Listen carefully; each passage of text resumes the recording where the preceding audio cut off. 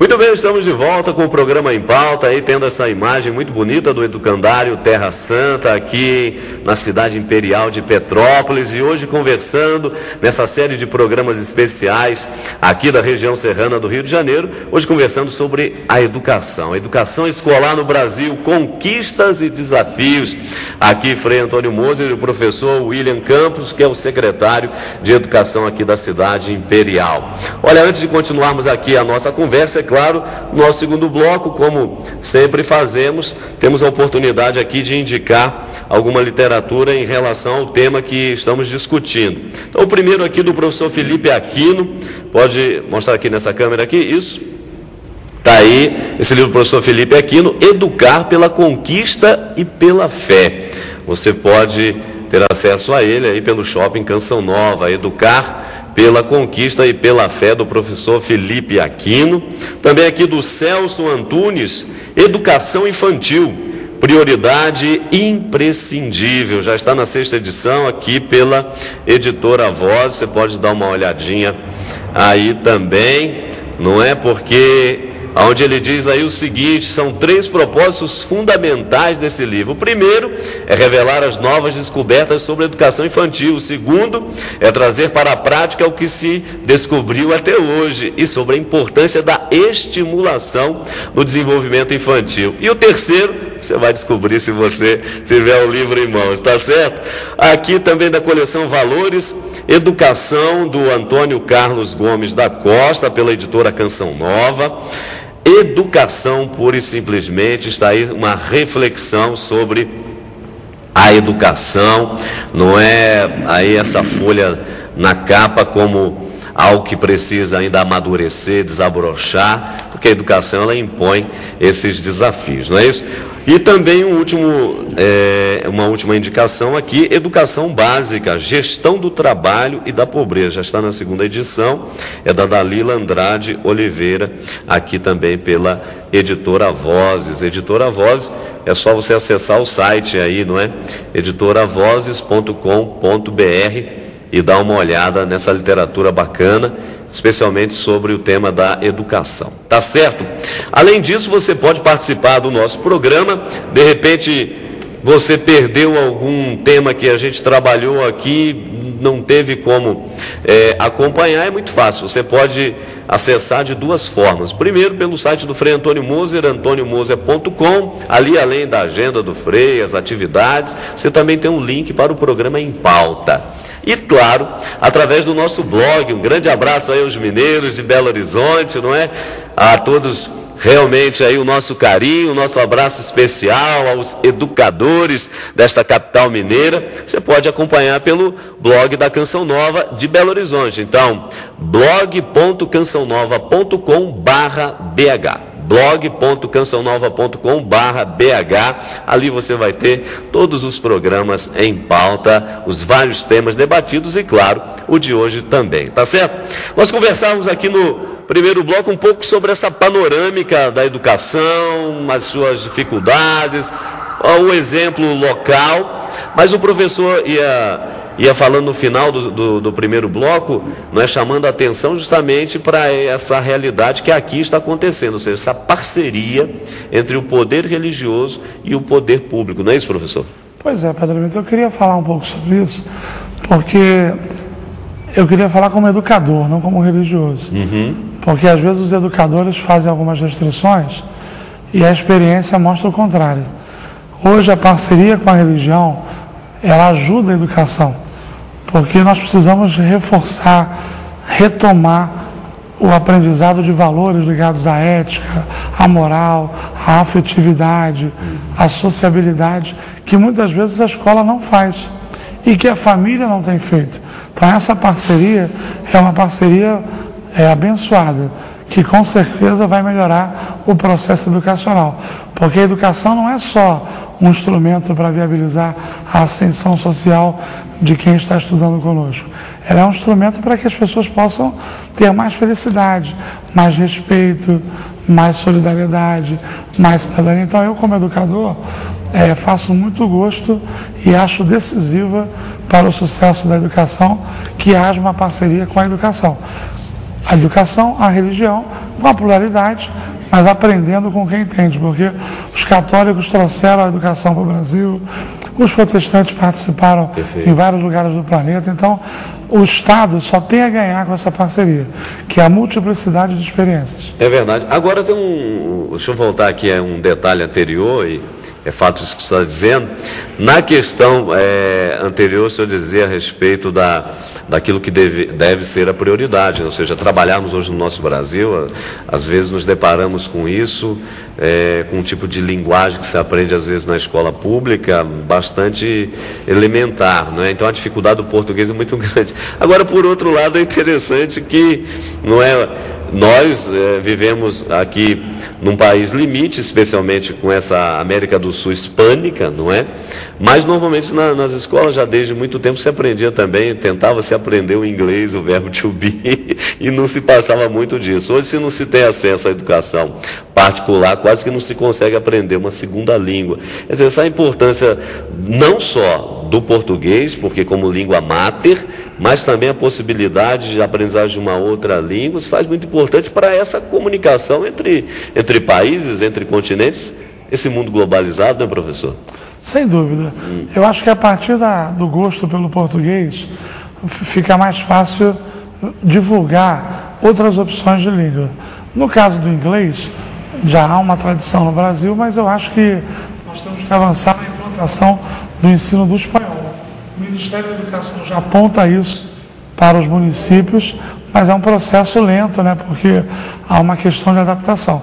É fundamental que o português, o espanhol e o inglês sejam línguas de acesso.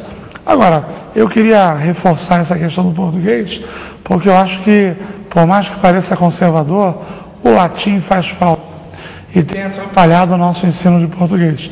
Então, nós precisamos fazer uma corrente como essa que nós fazemos entre a educação e a religião, uma corrente para estimular que o português volte a ser prioridade. Tá certo. Agora, professor, esqueceu de dizer que aqui no Centro Educacional nós temos juntamente como complemento inglês, francês, espanhol e italiano.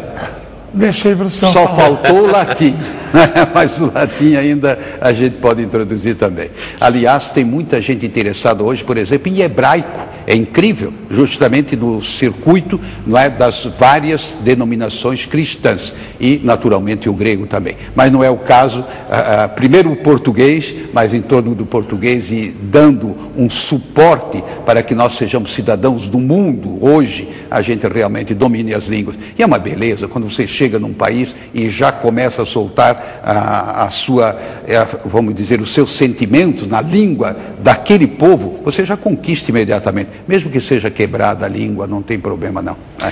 Ô professor, agora aqui tem uma questão, e você que está nos acompanhando certamente vai concordar conosco, que é a questão da educação, como é óbvio, né, fator de transformação para uma vida melhor, obviamente, porque nós estamos aqui num estado do Rio de Janeiro, que já convive com a violência de longa data, e a gente sabe justamente que muitas vezes essa violência acaba tendo uma dimensão muito grande na vida da criança, do adolescente, do jovem, muitas vezes por causa, inclusive, da educação. Então, a educação como fator de transformação e transformação social. O senhor já trabalhou, me parece, aqui não é aí pela Baixada Fluminense, Belfor Roxo, se me parece, né? Sim. O que vocês ali verificaram, assim, mais de perto, a partir da educação como esse fator de transformação? Que resultados positivos vocês conseguiram alcançar ali? Olha, nas áreas populares, a educação é uma segunda igreja. Aliado ao esporte, que também é uma outra forma de educar, obviamente. Nas áreas populares, a educação é a segunda igreja.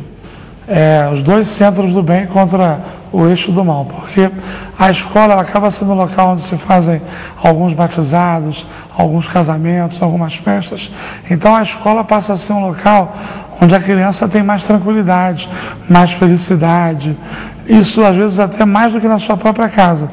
Às vezes pelas faltas de condições de saneamento, as condições de segurança, as condições de empregabilidade. Então, a escola acaba sendo uma porta para a criança ver que um outro mundo é possível. Então, acho que na Baixada, nossa grande contribuição foi ampliar a presença na escola. Nós tínhamos, na época, fiquei em 2009, 2010, nós tínhamos 49 mil alunos quando chegamos em 2009 e deixamos com 62 mil. Nós tivemos uma ampliação na educação infantil, porque a mãe, ela às vezes acha que a creche é uma espécie de depósito de criança. Na verdade, mudou.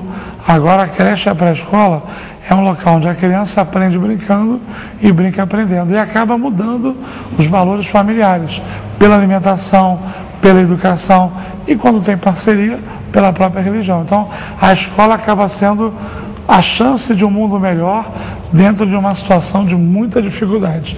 Agora, antes de passar aqui a questão do ensino religioso, Frei Moço, deixa eu perguntar aqui ainda para o professor, porque nós escutamos na matéria inicial, e você percebeu bem, a presidente, né, ou a presidenta, como ela gosta de ser chamada, porque o português permite, então a presidenta Dilma Rousseff disse que a educação vai ser uma das prioridades do seu governo, tanto quanto a erradicação da miséria no nosso país, que ainda tem números bastante fortes.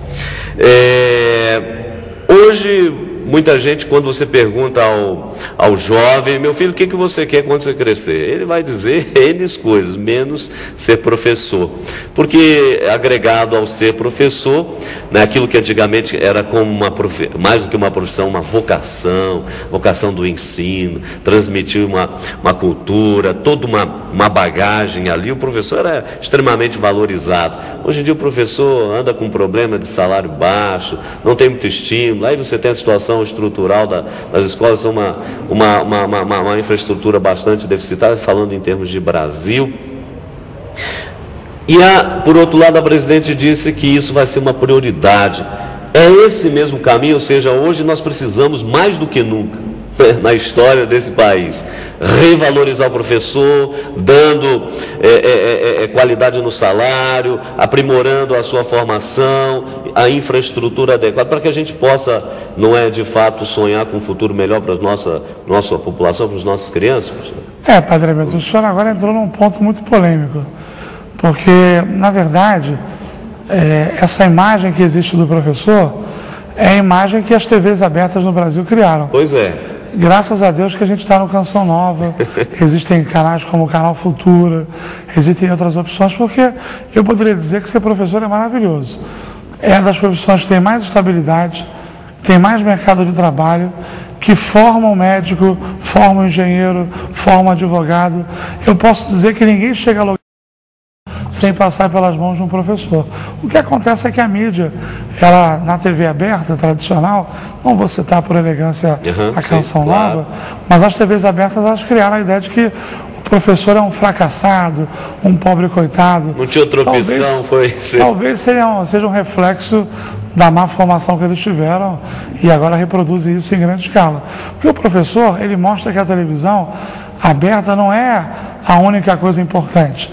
Ele mostra que o livro é importante, que a TV fechada é importante, que programas e redes como a Canção Nova são importantes, que outras coisas existem fora das novelas, que durante todo o seu período prevalecem o mal e apenas no último capítulo vence só para não ficar mal com a opinião pública. Então, essa imagem estereotipada, ela está sendo superada, até porque hoje em dia muitos querem ser professores e muitos professores ocupam posições de destaque dentro dos governos, dentro das religiões e dentro das empresas. Aliás, nesse caso aqui eu estou em casa, porque todo religioso sempre é um educador e todo educador deveria aprender a ser um pouco religioso. Então essa imagem é uma imagem literalmente das TVs abertas. Nós estamos trabalhando e eu até agradeço ao programa por tocar nesse assunto polêmico, porque ser professor é muito melhor do que ser boa parte das coisas que as pessoas acham que é bom. É muito melhor do que ser um ex-BBB, é muito melhor do que ser alguém que faz qualquer coisa para aparecer. O professor é alguém que forma outras pessoas. Então ele não se preocupa em ficar em primeiro plano. Ele fica feliz quando os seus alunos e as suas alunas, assim como na igreja, quando os seus fiéis conseguem avançar além apenas do que ele vê na frente. Então, trabalhar com a educação é trabalhar com o futuro. E o futuro, às vezes, é difícil para quem só enxerga alguma coisa que vem na frente. Puxa, como falou bonito ele sobre o professor, muito obrigado, porque eu também fiz a minha vida, além de religioso, como professor. Depois de professor passei a construtor, depois de construtor presidente de uma empresa, como a Editora Vozes, com 430 funcionários em todo o Brasil, não é? Vocês viram aí pelos livros, nós não fazemos propaganda da Editora Vozes, né? O homem que levantou a Editora Vozes. Padre, o senhor sabia disso? Pois a Editora Vozes tem 2 momentos, antes do Frei Moser e depois do Frei Moser. Mas vamos completar, graças a os meus confrades, sobretudo Frei Volney Beckenbrock, não é? Ele é o meu cérebro, por assim dizer, né? Eu apareço, mas ele é que trabalha duro. Não, a gente trabalha em equipe sempre, como frade. Agora, uma outra coisa interessante, além disso, não é, do fato de professor passar a gerenciar uma empresa, eu, no fundo, acho que é a mesma coisa. Uma empresa é um centro educacional. Depende como você trabalha com as pessoas, a confiança que você dá. Por exemplo, Editora Vozes, às vezes eu digo assim, escuta, mas afinal de contas, quem toma as decisões sou eu ou são os departamentos? Ou seja, a gente dá muita autonomia. Claro que lá no fundo você controla, através da informática, você controla as operações. Mas não dá para o diretor querer resolver tudo. Então, é uma verdadeira democracia participativa e, no fundo, a escola tem que ser cada vez mais os pais com os professores e com a sociedade envolvente. Agora, suas colocações eu achei assim extraordinárias, não é? Elevando a figura do professor. E, de fato, o que seríamos nós como sociedade se você um dia acaba não tendo mais professor, apenas televisão? Não é possível. Esse contato, esse corpo a corpo, o exemplo de vida, a personalidade. E eu vejo aqui no centro educacional, são normalmente moças jovens, não é? E que estão começando a sua carreira, mas a dedicação, elas crescem junto com as crianças e junto com os pais. Então, é realmente digno. Aliás, professor, o senhor tocou num ponto aqui muito importante, você que está em casa, nós queríamos chamar a sua atenção para isso, porque realmente, não é, nos dias em que estamos vivendo, essa mutação de professor, do professor não é pessoa para o professor digital, quer seja computador, internet ou televisão, tem um aspecto positivo que você pode, através da internet, fazer muitas pesquisas, obter muitos ensinos ali, mas às vezes essa facilidade que o meio de comunicação, hora de massa, ou mesmo o mundo da internet, às vezes quer levar a pessoa num caráter educativo, nem sempre é tão positivo quanto aquela formação que o professor, a pessoa é capaz de dar ao longo de um processo, não é verdade, professor? Antigamente diziam que os computadores iam tirar o emprego dos professores. Hoje em dia nós é que compramos computadores para ajudar os alunos a conviverem e nos entenderem. Porque o professor, a professora, ele tem uma coisa que só um ser humano pode ter: o charme, a elegância, a sensibilidade, a capacidade de levar a criança a aprender, gostando ou não do professor, porque são várias técnicas, são várias modalidades. Às vezes o professor mais rigoroso, às vezes o professor mais animado, mas seja qual for a forma, o aluno acaba sempre envolvido por esse processo, em qualquer idade, porque a presença de alguém ajuda o outro a crescer. Quando eu divido o meu mundo com você, o meu mundo fica maior. E os professores fazem isso todo dia, todas as horas. Tá certo. Olha, nós vamos para mais um intervalo, você não saia daí não, porque depois do nosso terceiro bloco é muito importante aqui, tanto no aspecto religioso quanto civil. Nós queremos saber, não é, as propostas que a partir de um município como Petrópolis, estamos aqui, não é em loco, mas a partir do município, o que pode ser oferecido ao país em termos de ideias, de projetos, de educação? É o que nós vamos acompanhar após o intervalo. Então não saia daí, voltamos um minuto só.